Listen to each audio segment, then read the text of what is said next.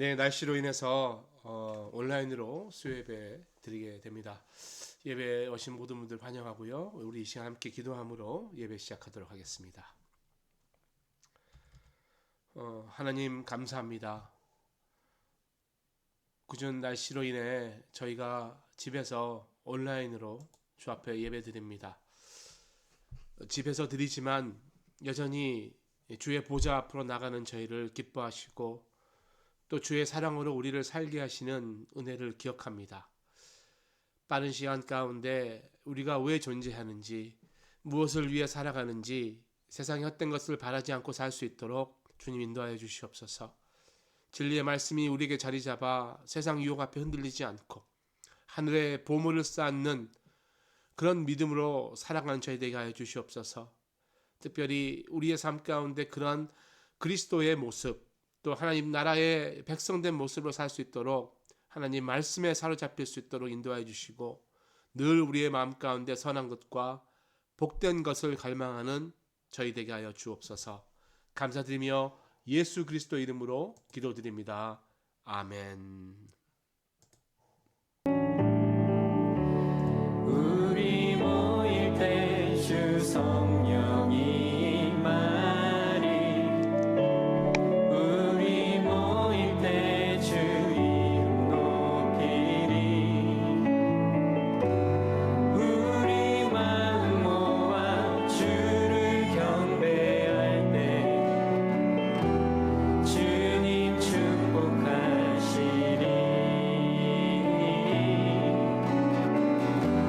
주님 축복하시리.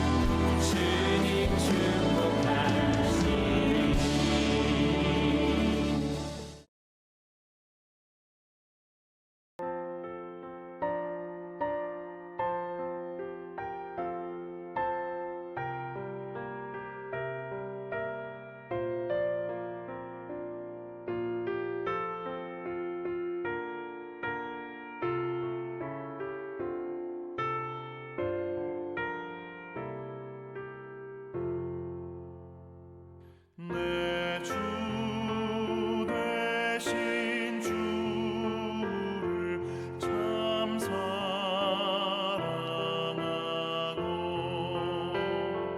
곧 그에게 죄를 다고 합니다. 그는 해를 주신 내 예수시니 이전보다 더욱 사랑합니다.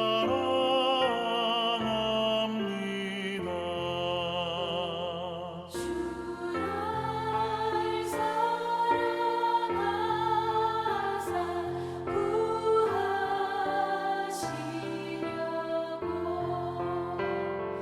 저 십자가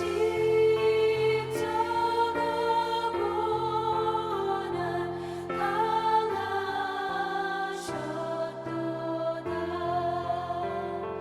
그것이 받으신 내 주 배우니 이전보다 더욱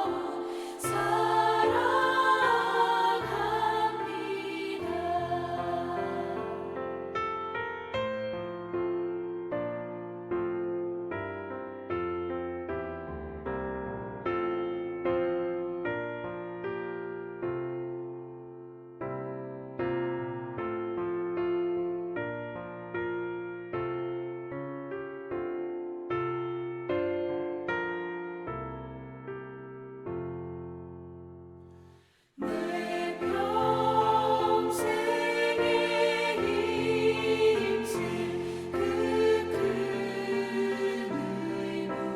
의무는 주 예수의 덕을 늘 기리라. 숨질 때까지 내 할 말씀은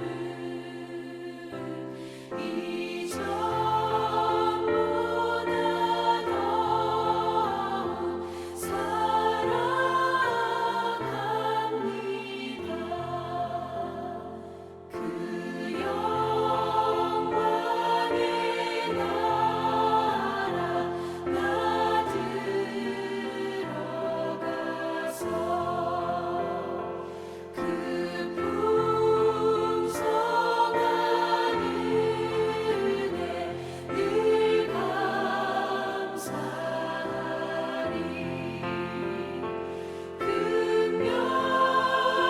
금멸류관 쓰고 나 찬송할 말 이전보다 더욱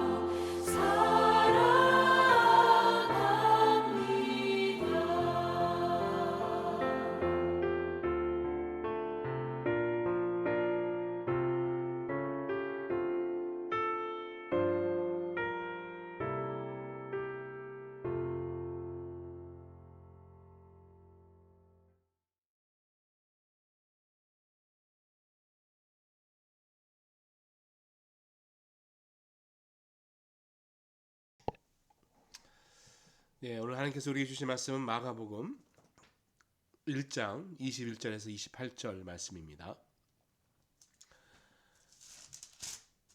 신약성경 54면 마가복음 1장 21절에서 28절까지의 말씀 봉독해 드릴 때 살아계신 하나님의 음성을 들으실 수 있기를 바랍니다. 그들이 가버나움에 들어가니라. 예수께서 곧 안식일에 회당에 들어가 가르치시매 무사람이 그의 교훈에 놀라니 이는 그가 가르치시는 것이 권위 있는 자와 같고 서기관들과 같이 아니함일러라. 마침 그들의 회당에 더러운 귀신 들린 사람이 있어 소리질러 이르되 나사렛 예수여, 우리가 당신과 무슨 상관이 있나이까? 우리를 멸하러 왔나이까? 나는 당신이 누구인 줄 아노니 하나님의 거룩한 자니이다. 잠잠하고 그 사람에게서 나오라.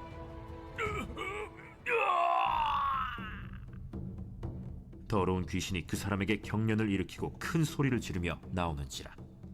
다 놀라 서로 물어 이르되 이는 어찌미냐? 권위 있는 새 교훈이로다. 더러운 귀신들에게 명한즉 순종하는도다. 예수의 소문이 곧 온 갈릴리 사방에 퍼지더라. 네, 오늘은 아들의 권위라는 말씀의 제목으로 하나님 말씀 함께 나눕니다. 요즘은 이제 권위에 대해서 생각할 수 있는 시대입니다. 전에 비해서는 권위가 잘 인정되지 않는 시대라고도 이야기할 수도 있겠죠. 여기 이제 캐나다 문화는 이 권위에 대해서 이제 authority라고 그러죠. 그래서 authority는 주어지는 것이 아니라 earn하다, 즉 내가 대가를 치른다, 이제 이렇게 이야기할 수 있습니다. 그러니까 권위라는 것이 그냥 내게 주어지는 것이 아니라 내가 그만큼의 대가를 지불한다. 더욱이나 권위의 상실의 시대이기 때문에 전에는 위에 높은 분, 또 나보다 나이가 많으신 분 자체로서의 권위가 있었지만 더 이상 안 통하는 시대가 왔다라는 거죠. 근데 여러분 사실 권위주의는 문제가 있습니다. 예를 들어서 내가 높은 사람이니까 내 말 다 무조건 들어야 돼. 이런 것들이 권위주의겠죠. 근데 이거는 잘못된 거죠. 그러나 여러분 권위 자체에 문제가 있는 건 아니죠. 사실 권위라는 것은 반드시 필요합니다. 우리 하나님은 권위가 있으시고요. 하나님의 말씀이 권위가 있으시지 않습니까? 그러니까 하나님도 그의 권위를 사용하셔서 관계를 만드셨기 때문에 지나치게 또는 무조건적인 복종을 요구하는 것이 아니라 자기 안에 있는 권위를 통해서 함께하는 그런 하나님, 예수님의 모습을 우리가 찾아볼 수 있다는 것이죠. 오늘 말씀 21절 22절 보시면 이렇게 나와 있어요. 그들이 가버나움에 들어가니라. 예수께서 곧 안식일에 회당에 들어가 가르치심에 무사람이 그의 교훈에 놀라니 이는 그가 가르치는 것이 권위 있는 자와 같고 서기관 같지 않다, 이렇게 나와 있어요. 자, 가버나움 회당에 예수님의 말씀이 선포되고 거기에 가르침 받고 있는 사람들이 놀라는 거예요. 왜냐하면 서기관 같지 않다라는 거예요. 자, 서기관 같다, 즉 율법학자들하고 달랐다라고 느꼈다라는 건, 이 말은 이제 그동안 서기관의 가르침을 많이 받았다라는 것이겠죠. 그러나 그들이 그런 가르침을 받았지만 권위를 못 느꼈다라는 거죠. 반면에 예수님은 그의 말씀 속에 놀랍게도 하나님의 권위가 느껴졌다라는 겁니다. 그렇다면 예수님은 어떻게 해서 서기관들과 달리 권위 있게 하셨는가? 지금 예수님이 어떤 내용을 가르치셨는지는 나와 있지 않아요, 성경에. 그런데 지금 율법학자들인 서기관과 대비시켜서 이야기하는 거 보니까 서기관들처럼 율법, 즉 규칙을 가르치는 것이 아니라 예수님은 특별한 내용을 가르쳤다라고 이야기할 수 있습니다. 바로 그것은 하나님의 나라, 하나님의 나라에 대해서 가르쳤습니다. 이거 하면 안 돼, 이거 하면 벌 받고, 이거 해, 이거 하면 복 받아, 이거 해서 교회에 헌금 많이 내고, 또 이거 잘 지켜서 복 받으면 자식이 잘 돼. 이런 설교를 서기관들이 했다면 예수님은 도래한 하나님의 나라, 복음을 전하셨던 거예요. 하나님은 우리를 사랑하시고 그 나라에 우리를 초청하시는데 거기에 들어가려면 회개하고 복음을 믿으라, 이런 말씀하신 게 아닐까? 다시 말하면요, 서기관들은 백성들에게 향해서 소위 이제 꼰대라고 요즘 많이 이야기하죠. 꼰대가 하는 잔소리를 한 것 같고요. 예수님은 하나님 나라를 선포하신 거라는 거예요. 하나님 나라를 이야기하는 그 예수님, 서기관들은 전혀 관계가 없었죠. 그냥 자기 주장만 했습니다. 자기의 생각과 자기의 관습과 자기 그 나라의 사람들의 풍습에 대해서 이야기했던 것이죠. 그러나 예수님의 말씀은 하나님과 그의 나라, 즉 우리의 인생, 백성들의 인생과 직접적으로 맞닿아 있는 부분, 실제적인 이야기를 했던 것입니다. 자, 우리 삶에도 한번 생각해 봅시다. 우리가 이제 부모님 같은 경우가 그렇죠. 자녀들에게 점점 권위가 세우기 어려운 시대라고 이야기할 수 있겠어요. 특히 10대 이제 티네이저 시절의 자녀들은 더욱더 이제 관계 가운데 어렵죠. 뭐라고 하면 말도 잘 안 듣고 부모를 우습게 여기고 야단치면 it's not fair 막 이러면서 기분 나쁘게 이렇게 대들죠. 잘못한 것을 이야기하면 지적하고 잔소리한다 뭐라고 그러고요. 또 엄마 아빠는 뭐 잘못한 게 없냐 이렇게 따지겠죠. 근데 여러분 10대만 그런 게 아니죠. 사실 많은 사람들이 그렇죠. 우리도 다 그런 시절을 지나오지 않았을까요? 자, 그렇다면 어떻게 해야 우리가 부모로서 자녀 앞에 진정한 권위를 가질 수 있을까? 답은 예외로 간단합니다. 예수님처럼 하면 되는 거죠. 자녀가 말 안 듣는다고 뭐 예를 들어서 화를 내거나 무섭게 야단친다. 그렇다고 권위가 세워지는 게 아니고 그건 협박이죠. 그렇게 하면 할수록 오히려 권위는 떨어지는 것이죠. 오히려 우습게 여기는. 에베소서 6장 4절 말씀 세 번역으로 이렇게 나와 있어요. 또 아버지 된 여러분의 자녀를 노엽게 하지 말고 주님의 훈련과 훈계로 가르치십시오. 주님의 훈련과 훈계로 가르치는 것, 그러니까 내 마음대로 내 뜻대로 교육시키는 것이 아니라, 그러니까 애들이 말을 안 듣는 거예요. 내 마음 내 뜻. 내 마음 내 뜻이 핵심이란 겁니다, 여러분. 내가 원하는 대로 하니까 말을 안 듣는 거. 이건 사실 부모 자식 간에뿐만 아니라 세상의 모든 관계가 그런 것 같아요. 교회에서도 그런 것 같아요. 내 마음 내 뜻대로 하려고 하면 안 듣는다라는 거예요. 부모가 자기 생각만 하고 자기 주장만 하니까 자녀가 안 듣듯이 서기관들은 지금 자기 생각과 자기 마음만 주장하고 있는 거예요. 그러니까 듣기가 싫은 거예요. 사실은 여러분 아이들이 배울 게 아니라 아이들 보고 우리가 배워야 되는 거 아니겠습니까? 서기관들과 바리새인들 특징, 그들의 삶 가운데 사랑과 진정한 하나님을 사랑하는 마음을 찾을 수가 없었던 거예요. 그런데 주님께서는 주님의 훈련과 훈계로 가르치고 있는 거 아니겠습니까? 그렇다면 예수님이 어떻게 그걸 가르치셨는가? 바로 그대의 삶으로 그렇게 보여주셨다는 거예요.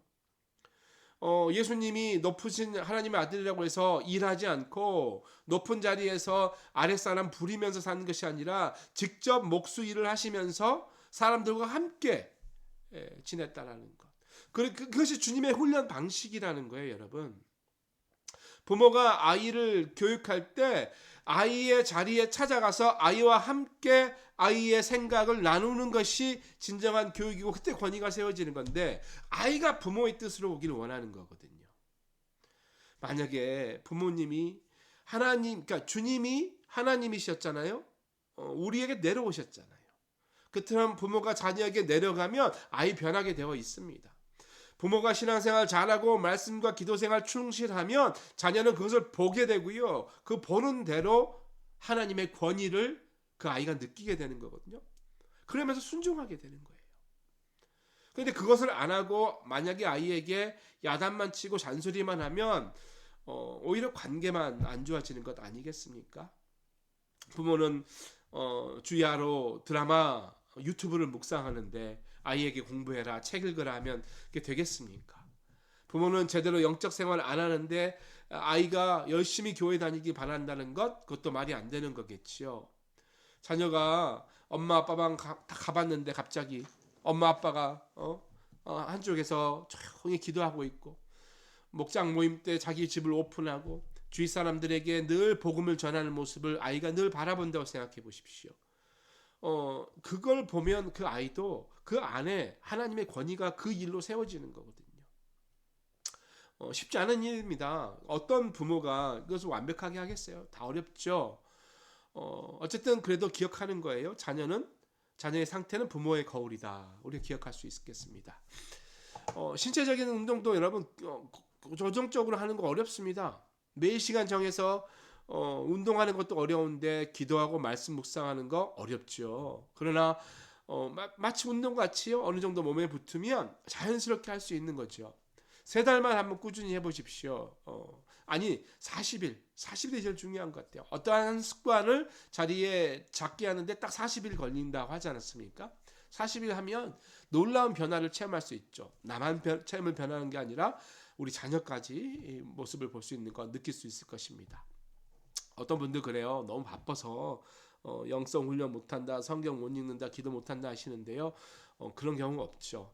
말씀과 그러니까 어디다 최우선 순위를 두느냐의 문제겠지요. 우선순위를 하나님과 교제. 예. 자, 어쨌든 간에 오늘 본문에 해당 있는 사람들이요, 예수님께 권위를 느꼈다라는 거죠. 서기관으로부터 느끼지 못한 권위를 느꼈다. 서기관들은 이제 결국 이제 율법의 전문가들이잖아요. 그러니까 율법의 도사, 율법을 외우고 율법을 해석할 줄 알고 율법에 대해서 방식을 제시하는, 심지어는 구약을 필사했던, 그러니까 줄줄 외웠던 사람들이라고 해도 과언이 아닙니다. 그러니까 성경을 많이 알았던 거예요. 그런데 그렇게 많이 아는 사람들이 가르쳐 줬는데 왜 권세를 느끼지 못했을까? 근데 여러분, 그들이 가르쳐 주는 그 지식이 진리가 아니었기 때문에, 하나님과 관련 없는 그냥 지식이었기 때문이었다는 거예요.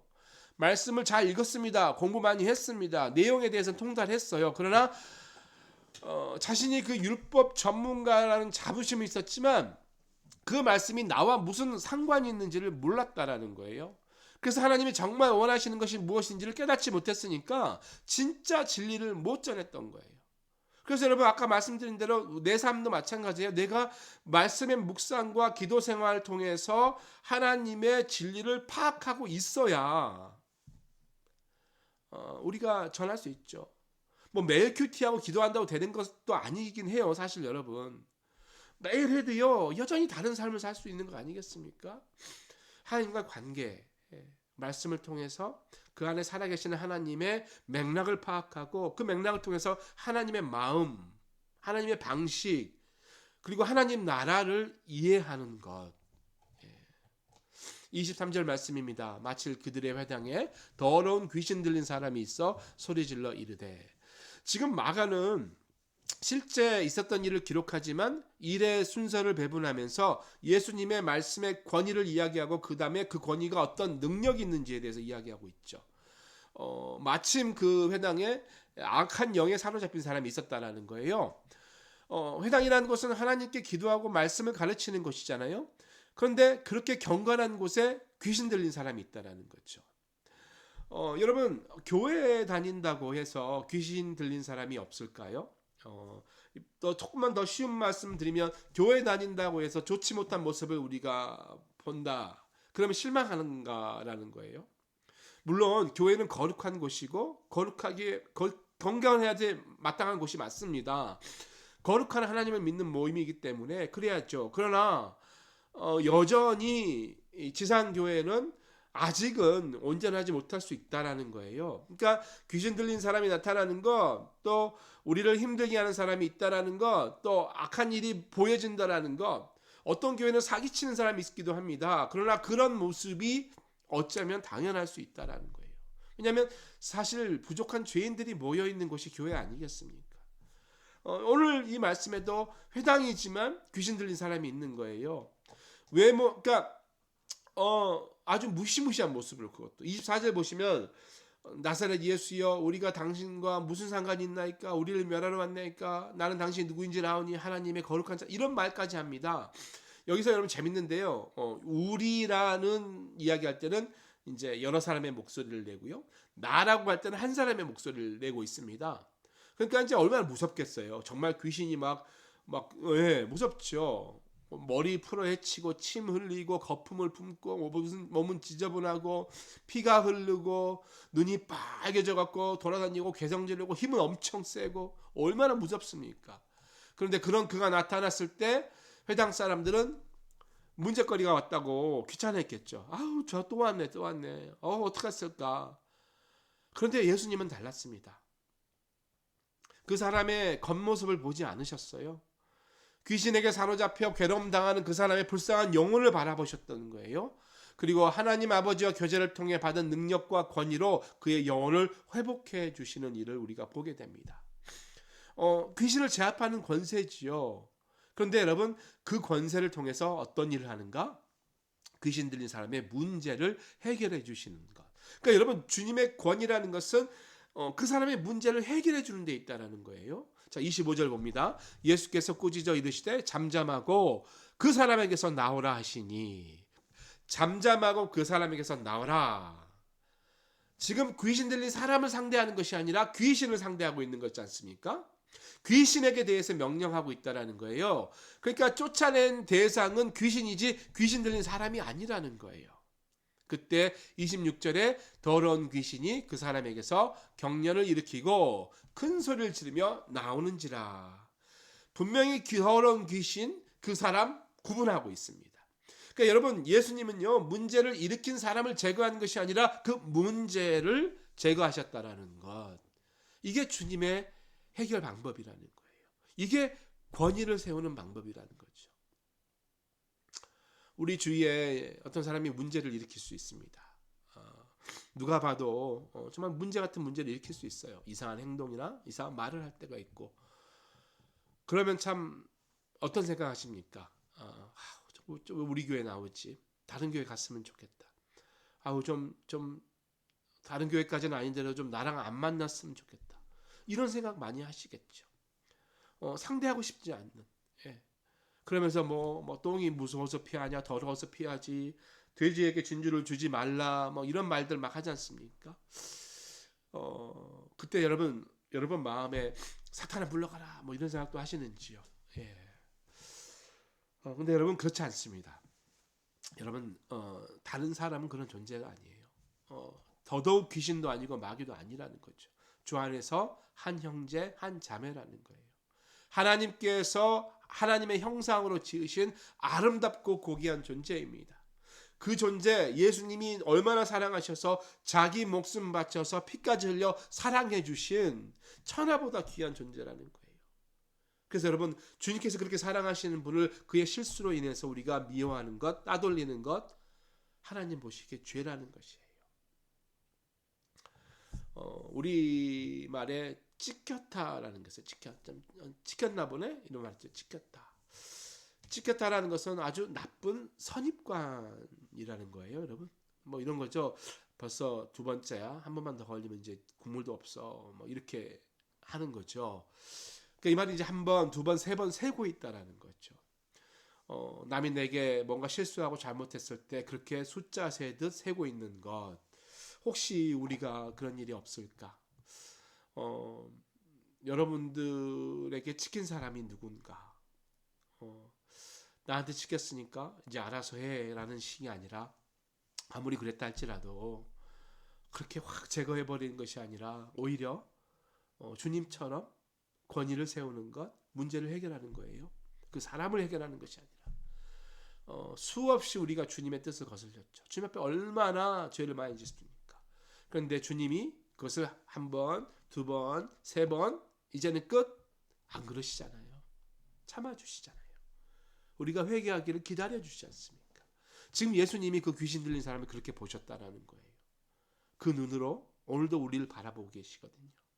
죄는 미워하지만 죄인은 무조건적으로 사랑하시는 예수님, 그 주님, 그 사랑과 인내로 우리를 보듯이요, 우리도 우리 주위 사람들 그렇게 바라봐야 합니다. 그것이 하나님의 나라를 이루는 거예요. 하나님 나라는 멀리 있지 않고 내 안에 있다라고 주님께서 그러셨잖아요. 내 안에 미움이 사랑으로 바뀌는 것.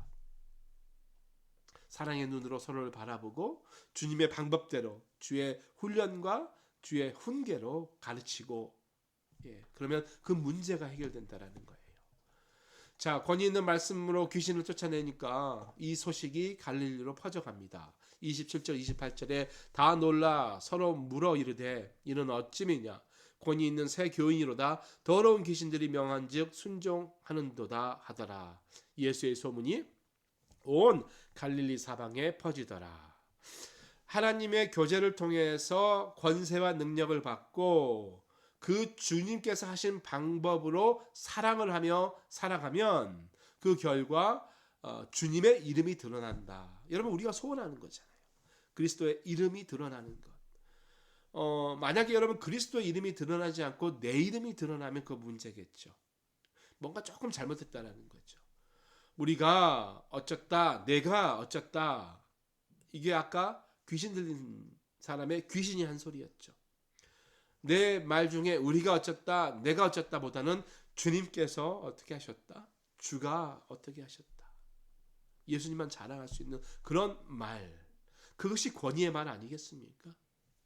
우리가 큰일 하는 데 있어서 주님의 능력을 가져다 쓰는 게 아닙니다. 주님께서 주의 목적을 위해서 우리에게 능력 주셔서 우리가 사용받는 거잖아요. 그러니까 주어가 우리가 내가가 아니라 주님 이렇게 되는 거죠. 오직 주님만이 영광과 칭찬을 받으실 분이라는 겁니다. 교회가 뭔가 잘한다 했을 때 우리 교회가 뭐가 잘하지가 아니라 주님이 하셨습니다. 우리 교회 이름처럼 주님의 교회입니다. 그런 교회가 되야겠죠. 이처럼 하나님께만 초점을 맞추고 나갈 때 우리가 주의 능력과 권세를 받을 수 있다는 것이죠. 그 능력과 권세로 주의 사랑을 실천하고 사시는 우리 모두 되시기를 바라고요. 오늘 날씨는 비록 안 좋았지만 이제 또 토요일 새벽에 여러분 함께 만나서 기도하고 주일날 만나서 주님을 주장하면서 우리가 이야기할 때 그 권위를 우리도 함께 누리며 주의 나라를 확장하는 우리 모두 되실 수 있기를 축복합니다. 우리 이 시간에 기도하시는데요. 기도하실 때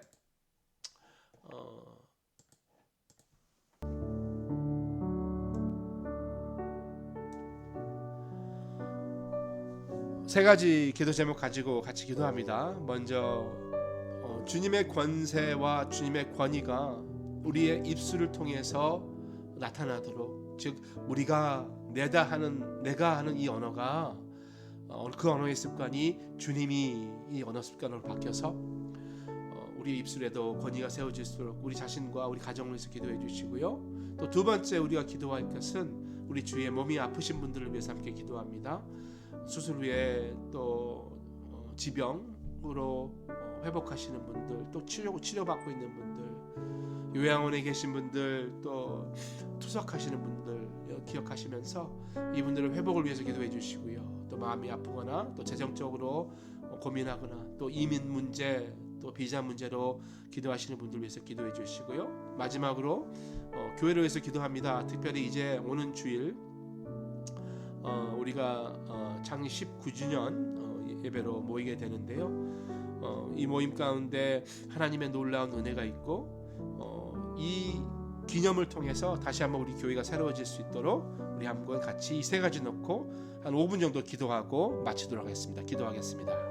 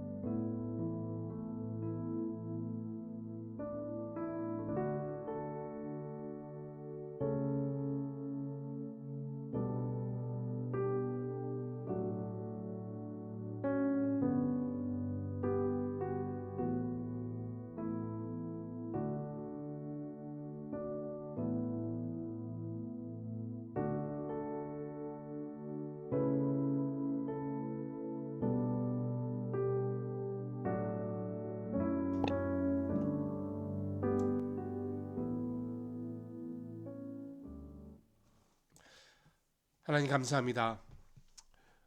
주님께서 이 땅에 오셔서 주의 권세와 능력을 통해 놀라운 권위의 말씀을 가르쳐 주심을 감사드립니다.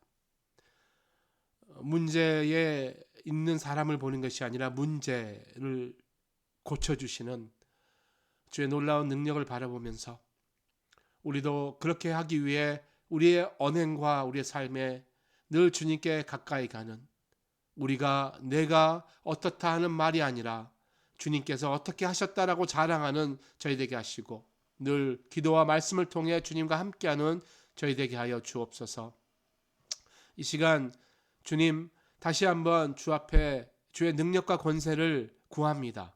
우리의 입술에도 주의 보혈의 피로 능력을 채워주시고, 우리가 하는 모든 일 가운데 주님의 소문만 퍼져나가 하나님 나라 이루는 저희 되게 하여 주옵소서. 하늘에 계신 우리 아버지의 이름을 거룩하게 하시며 아버지의 나라가 오게 하시며 아버지의 뜻이 하늘에서와 같이 땅에서도 이루어지게 하소서. 오늘 우리에게 일용할 양식을 주시고 우리가 우리에게 잘못한 사람을 용서해 준 것 같이 우리 죄를 용서해 주시고 우리를 시험에 빠지지 않게 악에서 구하소서. 나라와 권능과 영광이 영원히 아버지의 것입니다. 아멘.